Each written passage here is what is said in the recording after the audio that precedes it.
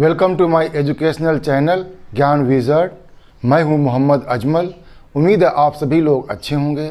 आज मैं standard 9 maths 1 के प्रैक्टिस सेट 4.3 से क्वेश्चन सॉल्व करूंगा। ये एक बहुत ही इम्पॉर्टेंट टॉपिक है, operations on equal ratios. If A, B, C and D are positive integers and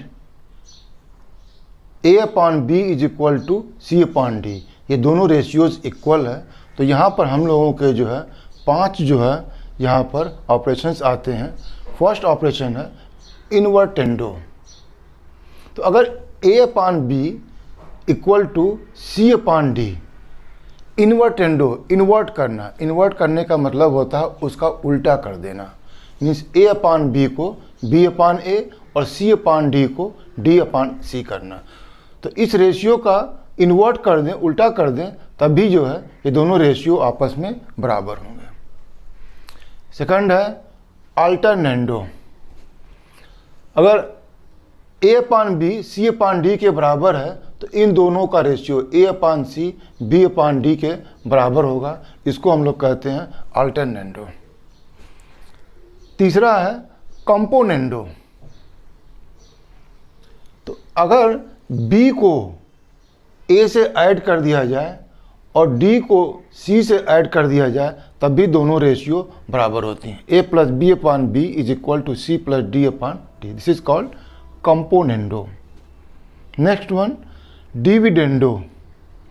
अगर B को A से सब्ट्रैक्ट कर दिया जाए, D को C से सब्ट्रैक्ट कर दिया जाए, तभी रेशियो इक्वल होती है। A minus B upon B is equal to C minus D upon D।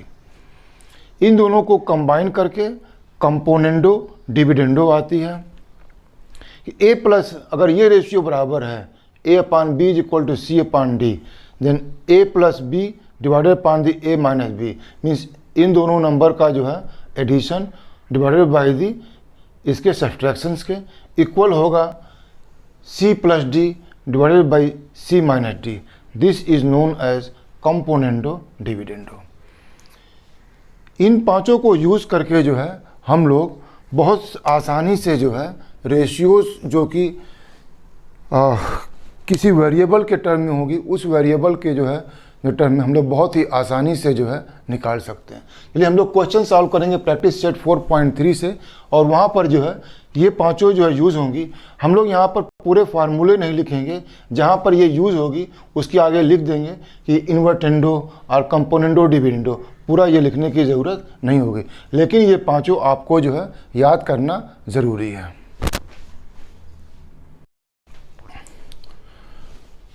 Question number 1, if A upon B is equal to 7 upon 3, then find the values of the following ratios. First one, 5A plus 3B divided by 5A minus 3B। चलिए solve करते हैं।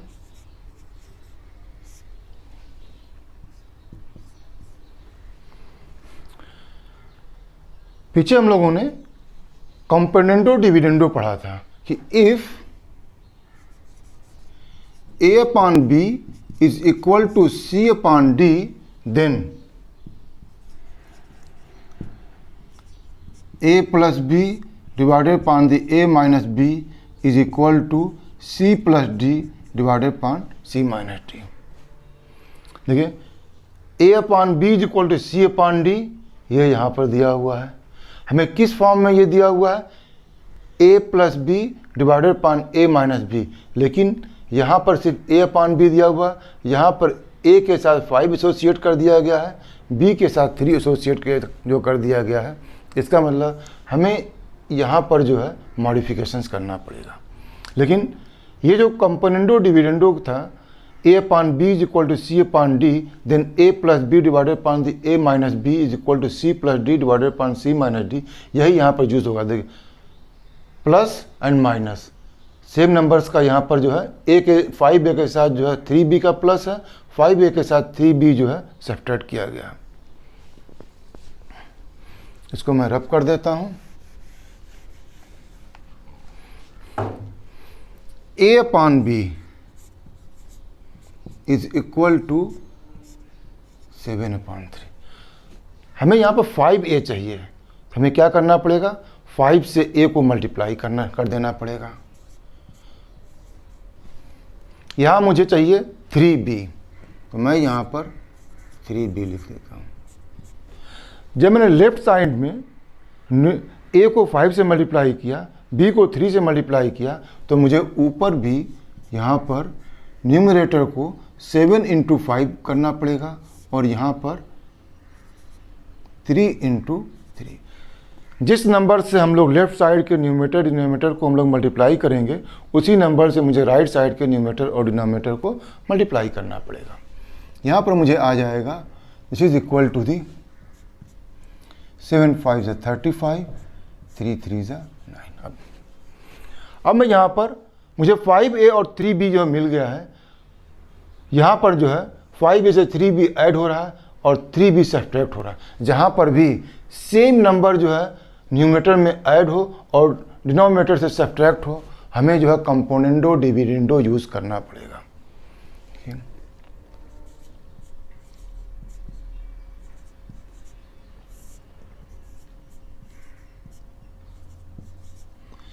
अगर left side में componendo dividendo use किया गया है, तो right side में हमें कंपोनेंडो डिविडेंडो यूज़ करना पड़ेगा।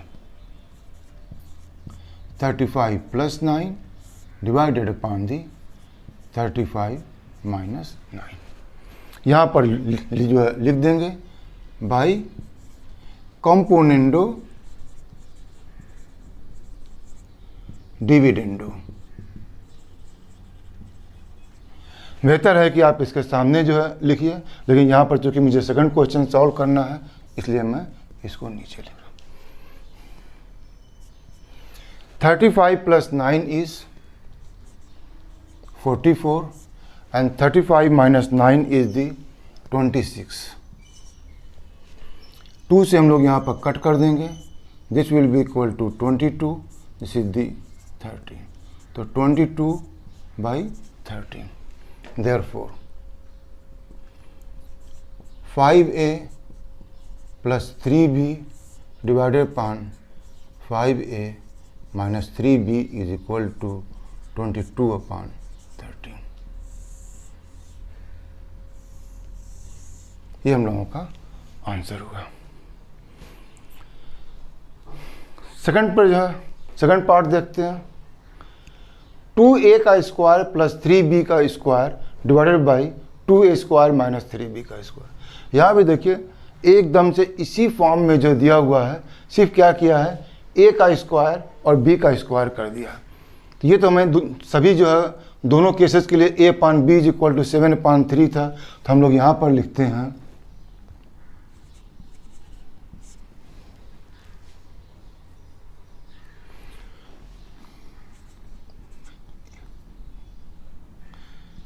a/b is equal to the 7/3। Therefore a का स्क्वायर अपॉन b का स्क्वायर 7 का स्क्वायर डिवाइडेड बाई 3 का square. 7 square is 49, 3 square is 9। तो हमें a का स्क्वायर b का स्क्वायर मालूम होगा। अब यहाँ पर a के स्क्वायर के साथ यहाँ पर 2 है, b के स्क्वायर के साथ 3 है, तो हम लोग यहाँ लिखेंगे 2a square divided upon 3b का स्क्वायर। अगर यहाँ पर मैंने लेफ्ट साइड में न्यूमरेटर को 2 से मल्टीप्लाई किया है, डिनोमिनेटर को 3 से किया है, तो राइट साइड में हमें मल्टीप्लाई करना पड़ेगा। 49 × 2 divided upon the 9 × 3, this is equal to the 98 divided by 27। हमें 2a square divided by 3b का स्क्वायर इज इक्वल टू 98/27 आ गया। अब देखिए 2a स्क्वायर में एक बार 3b का स्क्वायर जो ऊपर ऐड हो रहा है और नीचे 3b का स्क्वायर सब्ट्रैक्ट हो रहा है, मीन सेम एडिशंस है और सेम सब्ट्रैक्शंस है। इस कंडीशंस में हमें कंपोनेंडो डिविडेंडो यूज करना चाहिए। देखते हैं, therefore 2a square plus 3b का स्क्वायर डिवाइडेड अपॉन 2a का स्क्वायर माइनस 3b का स्क्वायर। हमने क्या किया, यहाँ पर जो है कंपोनेंडो डिविडेंडो यूज़ किया। जब लेफ्ट साइड में कंपोनेंडो डिविडेंडो यूज़ करेंगे तो राइट साइड में भी हमें यूज़ करना पड़ेगा। 98 plus 27 divided upon the 98 minus 27, which is equal to the 125 divided upon 1, 9 में 2 जा 70। इसके सामने हमें लिखना पड़ेगा, हमने जो है कंपोनेंडो डिविडेंडो यूज़ किया हुआ है तो राइट साइड में स्पेस नहीं है, मैं यहाँ नीचे लिख देता हूँ बाई कंपोनेंडो डिविडेंडो, ये लिखना ज़रूरी है।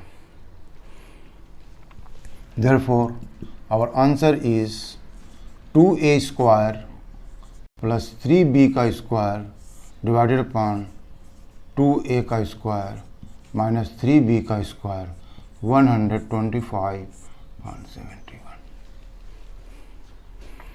इस तरह से हम लोग जो है इन रेशियोज़ को बहुत ही ईजिली और बहुत शॉर्ट में जो है कैलकुलेट कर लेते हैं।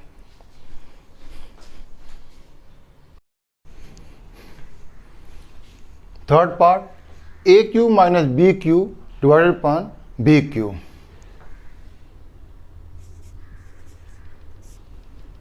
फिर हम लोग लिखेंगे A upon B is equal to 7/3।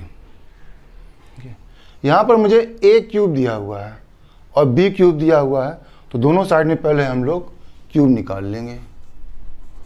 A cube divided upon B cube this is equal to 7 cube divided upon 3 cube. 7 cube is 343 divided upon 3। अब मैं A cube minus B cube divided upon the B Q दिया हुआ, यहाँ पर जो है denominator को यहाँ पर सब्ट्रैक्ट किया गया है, ये हम लोग करते थे डिविडेंडो में। तो चलिए यहाँ पर डिविडेंडो अप्लाई करते हैं। A cube minus B cube divided upon B cube this is equal to the, और सर 3 का cube is the 27। 343 plus the 27 divided upon the minus 27 divided by 27। और यहाँ पर हम लोग जो है लिख देंगे by dividendo.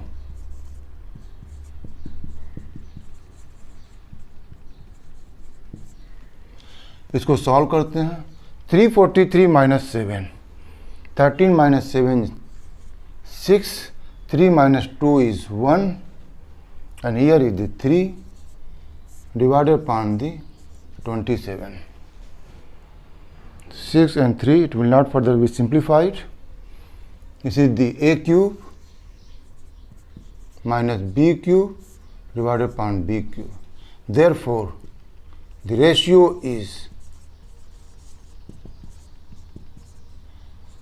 316 by 27। Fourth part, यहाँ पर जो है 7a plus 9b 7a minus 9b, फिर से ये कंपोनेंडो डिविडेंडो के जो है फॉर्म में आ गया है। चलिए a upon b is equal to 7/3। यहाँ पर मुझे a के साथ 7 है और b के साथ 9 है।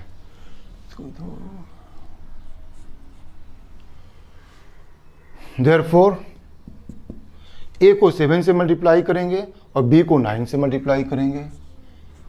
7a upon 9b is equal to the 7 into 7 divided by 3 को 9 से मल्टीप्लाई कर देंगे। This is equal to the 49 divided upon 27। तो हमें 7a अपॉन 9b की वैल्यू मालूम हो गई 49 अपॉन 27। यहाँ पर लिख देते हैं 7a upon 9b is equal to 49 upon 27। एक बार ऊपर 9a ऐड हो रहा है, नीचे जो है 9b सब्ट्रैक्ट हो रहा है। इसका मतलब यहाँ पर हम लोगों को कंपोनेंडो डिविडेंडो, जहाँ पर भी सेम नंबर ऐड हो रहा हो और सेम नंबर से वही नंबर जो डिनोमिनेटर में सब्ट्रैक्ट हो रहा हो, हमें कंपोनेंडो डिविडेंडो ही अप्लाई करना पड़ेगा। ये अप्लाई करते हैं। 7a plus 9b divided upon 7a minus 9b, this is equal to 49 plus 27 divided by 49 minus 27। कैसे? By componendo dividendo.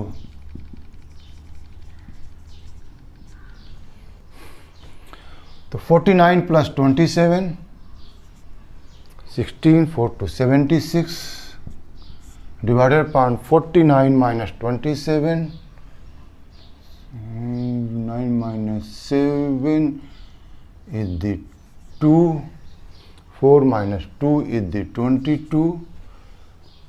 This we can cancel by 2, this will be 11 and this will be equal to the 38. This is equal to the 7a plus 9b divided by 7a minus 9b is equal to 38 upon 11. Therefore, ratio is 4.